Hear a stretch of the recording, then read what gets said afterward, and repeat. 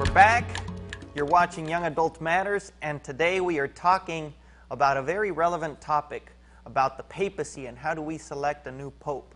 Now, before the break, guys, we talked about the conclave, kind of the gathering of all the cardinals, correct? And there's 117, more or less, that have to be under 80 years of age that come together to select a new pope. Can you tell us a little more about the conclave? Well, the conclave, like we said, it's the cardinals coming together, and they gather in the Sistine Chapel. Now, it's not 16 like the number, but Sistine Chapel, and we're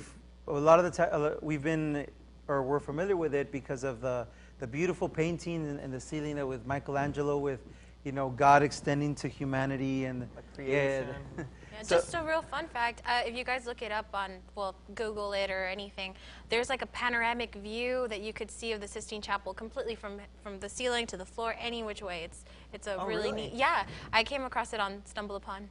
So it was really neat to kind of just look through the different, the paintings in there. Like a virtual tour? A virtual tour, pretty much, yeah. Nice. So if you guys look it up, it's there. You can just find it like a 360 panoramic view type of thing, and yeah, it's really neat. So, cool. Sorry, I just needed to tell you guys. Good to share. Yeah, well, so they get together, and then they go through the process of electing, or of choosing a pope. Obviously, we don't know because we're not in there, and it is the close key meeting.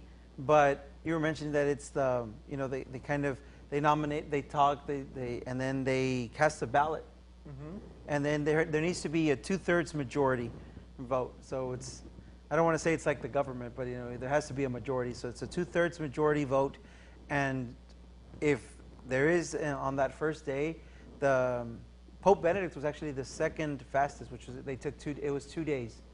The conclave was 2 days, and then he was elected, and then they'll burn the ballots, and if we have a pope, they'll let it burn white. But if for whatever reason there isn't a clear 2/3 majority. Like if it continues, they need more then time. They'll burn the ballots, because that's just what they'll do. They'll burn the ballots, but they add a chemical, and then the smoke comes out black. So I'm sure we've seen the news coverage. St. Peter's Square is full of people just kind of there for everything for Pope Benedict's last days as our Pope, and then they're going to continue to be there once the conclave starts, and they'll see smoke and black. It's like white, if you were to YouTube Habemus Papam, okay, HABBEUS, and then PAPPAM, Habemus Papam, you could see the videos of Pope John Paul II and Pope Benedict when the cardinals, after they've elected the Pope, I believe the title is the Dean of the Cardinals. He'll go out there, and there's a specific thing they'll say, but right before he announces the new Pope, he says, or when he goes out, he says, Habemus Papam, right? And it's just like, we have a Pope. And so, of course, in both videos, you'll see everybody go crazy, like, we have a new Pope. And then he goes on and keeps saying, and then he'll say, it's Cardinali, Wojtyła, and then everybody went crazy with Pope John Paul II. And then Joseph, and I was talking to, who was it? I was talking to somebody that used to be a seminarian when Pope Benedict was elected, and that when they announced, because they said, Joseph, and then there was a pause and things kind of went on, and he says that they all went down they had a list of all the cardinals. It was like, Joseph, okay, oh, it's Ratzinger, trying to figure out. There were several Josephs? Yeah, and so it was like, yeah, Ratzinger, and then, yeah. Cool. And what happens if several days go by and there's no pope? How does the voting change? Well, or is there a change? Do you know? There's a different process that goes by. Of course, we still don't know exactly what it is because we're not in that conclave. But the process changes. It's not exactly the same as it was before. I wish I knew. I knew, but it just changes. Of the two who are mostly voted for, and then from there, that's where they vote again, and then they pick who is going to be the new pope. And kind of like taking your SATs or GRE or GMAT process of elimination. They'll say, okay, we have all these many. We'll take the two that have the most votes, and only those two are eligible to continue. It's kind of like a primary. Putting it in context, we just went through the elections in November, and before that we had the primary, you know, the Democratic primary, the Republican primary, where there was lots of people and kind of eligible, and then they narrowed it down to the two. And see, that's just kind of the same thing where technically speaking, and this is technically, hypothetically, you know, Jory or I could be Pope, because the requirement is a baptized male, you know, and of course somebody that doesn't have a family, so that edges rules you me out. out. Guess what, guys? I will never be Pope. But So that, yeah. today, like you were called a priest though today, because he was all in black, you guys. Oh, yes, right? They said, Yeah. ¿Cómo está, padre? And I said, Yeah. yes, padre de tres. So, Yeah. greetings to my children, Andres, Alessandra, and Antonio. Daddy loves you. Aw. Aw. Unfortunately, you still can't be Pope. And so, no, so then technically, like I said, technically, you know, baptized male, and so they're all eligible, baptized males to be, but traditionally it's been through the cardinals within themselves that they'll elect one of them to be the Pope, as we saw it with Pope John Paul II and Pope Benedict, who were cardinals as well. Now, tied to that is something about being the Bishop of Rome. Well, because that's what the Pope is. The Pope is the Bishop of Rome, and since the Rome is the center and the head of the Catholic Church, then it transfers to the Universal Church. But again, it's like we mentioned earlier with the cardinals, is that they're bishops. They're the bishops of Rome. No, the Pope. The Pope is the Bishop of Rome, and the cardinals are bishops. Now, we say technically anybody, you know, any baptized male could be Pope, but really you have to be a priest and you have to be a bishop, again, right? you're the Bishop of Rome, so to be a bishop, you have to be a priest, and so yeah. So But you when said it's happened before, earlier, you said technically speaking that if someone were to be elected as Pope, they would ordain you. yeah, because like I said, that's what we're saying, that they are the bishops, so they'll ordain them that day. Hi, you're a priest, and then now you're a bishop, and oh, okay, you're Pope. So they'll go through that process. And, So say Joey could be elected Pope, he would be made a priest and a bishop and a Pope all the on same the same day. day. But that traditionally doesn't happen because the Pope traditionally has been elected from the College of Cardinals. And we're a church of tradition, and whether it's capital T or little t tradition, you know, we're a church of tradition, and it's a good tradition. And I mean, what would I do as Pope? I don't know, you know. Absolutely, and then I think, you know, first of all, you're called by God, and secondly, you'd want to have kind of the experience and the knowledge and the skill set and the faith to be able to be that earthly father for the entire church. So quite a job. So how many popes have there been? What happens now? Where are we at in number of popes? Well, there have been 266 popes since St. Peter. Pope Peter. You know, and lastly, 200 and what? 66. 266. 266. And if you were to go by the Newman Center in Edinburgh, there's a big poster outside of my office with the picture of all the popes, and including Pope Benedict. So it has him, and then you can go all the way back to St. Peter. Again, a tradition that links us to St. Peter, which again links us to Jesus, and that's what, you know, gives our church the identity of the apostolic tradition that has it that way. So in other words, Jesus installed Peter as the first pope, whose name was Simon, and he changed it to Peter. And we'll talk a little bit more about that. And then he, of course, needed a successor, and 266 people later, here we are going to elect a new one, a new successor.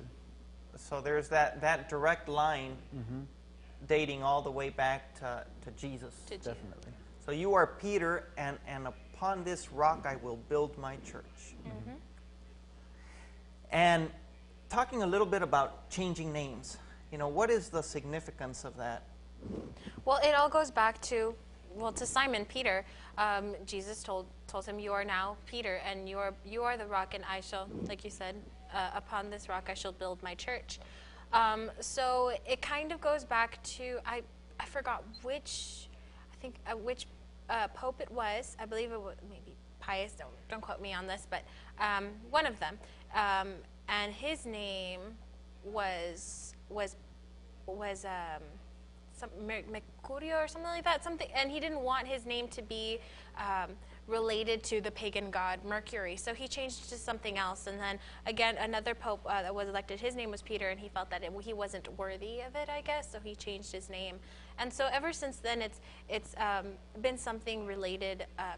Changed just in ordinance to Simon being called Peter for Jesus. And traditionally, it's been either of a previous pope or of a saint, you know. And it's interesting to see, like, for example, Like with Pope John Paul. yeah, he used to understand why Pope John Paul II chose that name.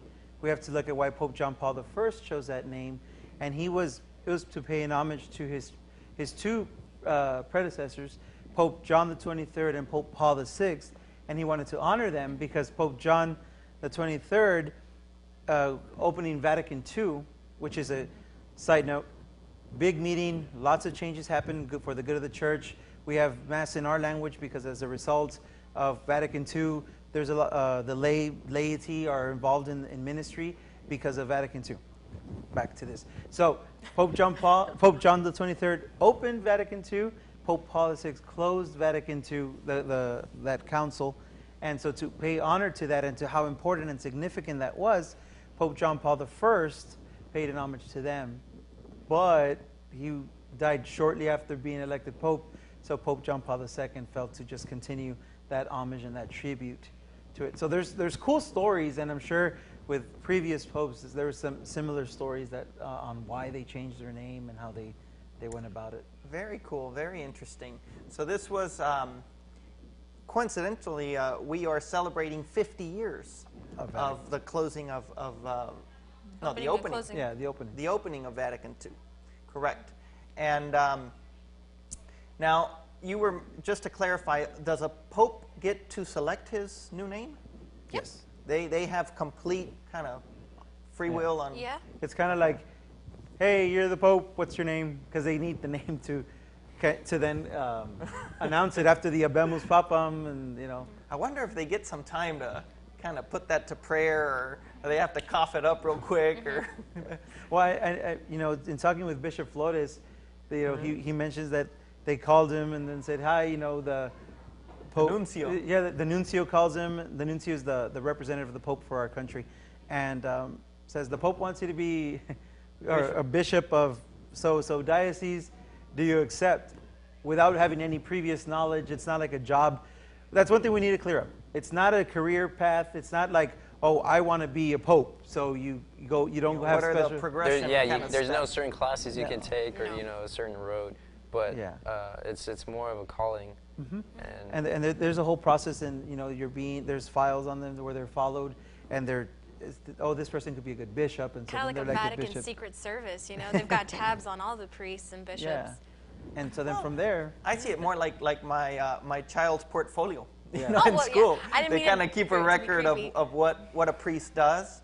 And I understand that kind of the standing bishop has to nominate 3 possible priests that could be bishops. And then typically they're chosen to be bishops, but are called to be bishops, but of another diocese. Kind of in keeping with, you know, Jesus mentioned that nobody is a prophet in his or her, you know, homeland. See, but we're actually in a unique position where when Bishop Flores and even Bishop Peña before him, our Bishop Emeritus, you know, we were one diocese. So now it's a different diocese. It was the Diocese of Corpus Christi. So it was Corpus, Together, Laredo. like we belong to? Yeah, it was all together from Corpus to Laredo and then Brownsville. It was all one diocese.